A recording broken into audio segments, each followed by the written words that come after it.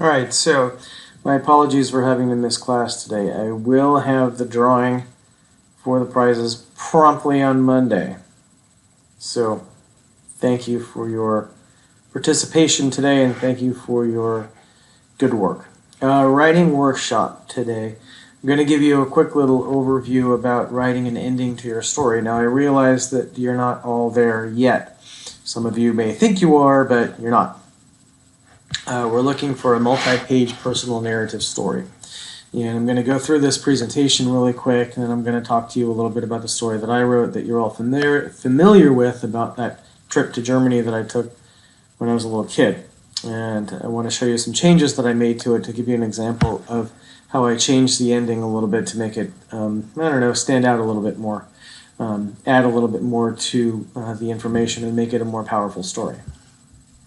When you're ending a story in a meaningful way, what you want to do is you want to think about how you're resolving the problems that you created in the story, not problems with your writing, but the problem in the story. What's that climax in the story?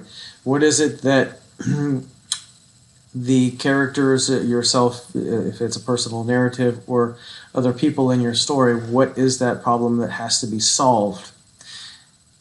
How you come up with that solution, how you come up with that problem solving is the ending of your story. What is ultimately leading the person, the reader, to see, oh, that's what happens. That's how that problem got solved. In a moment, I'll go through the ending of my story, and you'll have an example to use. But you got to give the reader something to take away from the story. And in a way, it kind of goes back to what we talked about before with writing a strong lead. When you stop and take a look at it from a different perspective, from a different viewpoint, and you come at it from a different angle, it gives you the opportunity to sometimes even change the entire meaning of your story and make it even more powerful than you thought it was before. So why do we choose different endings? Usually we'll rehearse different endings for different stories. I've heard of writers who will come up with so many different types of endings for their stories that they don't even decide which one they want to use until really close before they start to publish their book.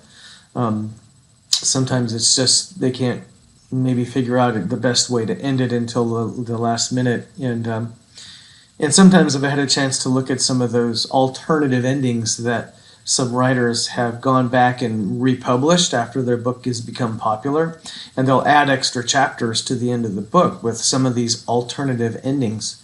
And it's interesting to read those because it completely changes the outcome of the story. And it really gives you a lot of insight into the writer's thoughts. And it's a helpful thing. It's also a reason why I never say, or why I always say don't erase anything. Don't delete anything in your writing, because you never know if you want to end up actually using what you've got. And so it's important to keep that so that it's there, because if you erase it or if you delete it, then you don't have it anymore, and you never know. So don't take anything away until you're absolutely ready to publish your story, and then you go back and then you have your story exactly the way you want it, and then you can take away or add to those things that you want to do. So when you go through, ask yourself, what's the story really about? And go from there and tell the bigger story. And we're talking about the endings here today specifically.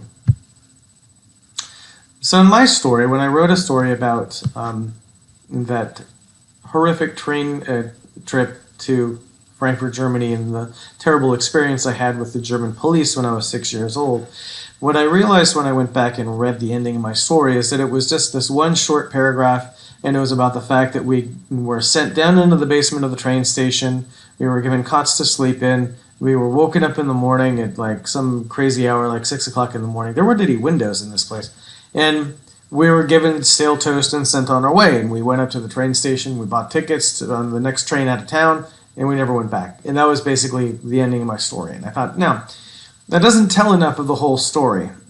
So I went back and I reread it, and I added some more details to it to give it a better ending and to make it more interesting and to add some of those details that I had left out.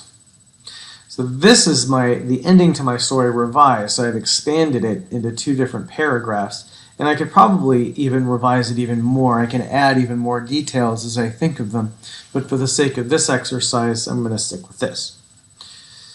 So let me read it aloud to you. The basement seemed more like a large open room. As far as I could see, there were cots and thin gray blankets lined up on the floor, and there were dozens of women with small children getting ready for bed in their night attire. It was cold, dark, and damp. Still fearful of everything that had happened, I forced myself to shut my eyes and refused to open them until the next morning. In the morning, we were rudely awoken by the train station personnel. We were hauled into a large cafeteria where they dispersed lukewarm milk and stale white toast, smeared with a little jam, almost as an afterthought.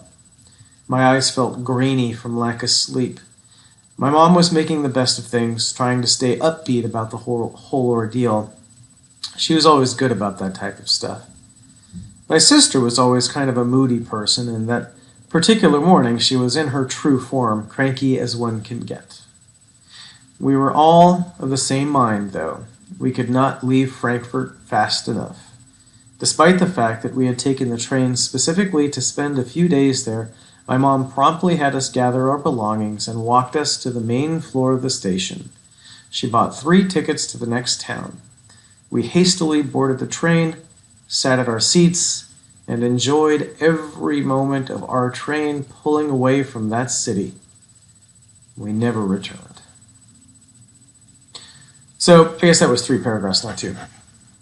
So I expanded it from 1 paragraph to 3 paragraphs to add a little bit more detail and to entertain a little bit more and to paint a little bit more of a picture. And I could even go back further if I wanted to and add even more details to that. And I may very well do that at some point down the road. And the more details I can think of and the more I add, it just adds to the interest in the story. So today in your writing, as you're focusing, and if you're getting close to the ending, or even if you're not, what I want you to think about is how are you going to end it? I think I mentioned to a couple of students yesterday about, how are you going to end this story? So think about these things. Notice in here, I'm giving a lot of personal inside, things that I'm thinking and feeling and what's going on inside my head in order to show the reader how it's affecting me, this experience. And so if you're writing, I need to see that in your writing when you do that, because I see a lot of this is what I did, then I did this, then I did that, and then we went home. Well, you're just basically writing a list of stuff. So it's not really a personal narrative, it's just a list. So you have to go deeper. You're just kind of scratching the surface. Go deep, deep, deep inside and pull out those nuggets of interesting things that you've got that I know you're all capable of doing, and put that down on paper. I hear you're telling me this stuff all the time. You're great at telling it to me, but you have to practice on actually writing it. So today, as you're going through, make sure you're focusing on that. All right? And again, I will see you on Monday. Thank you.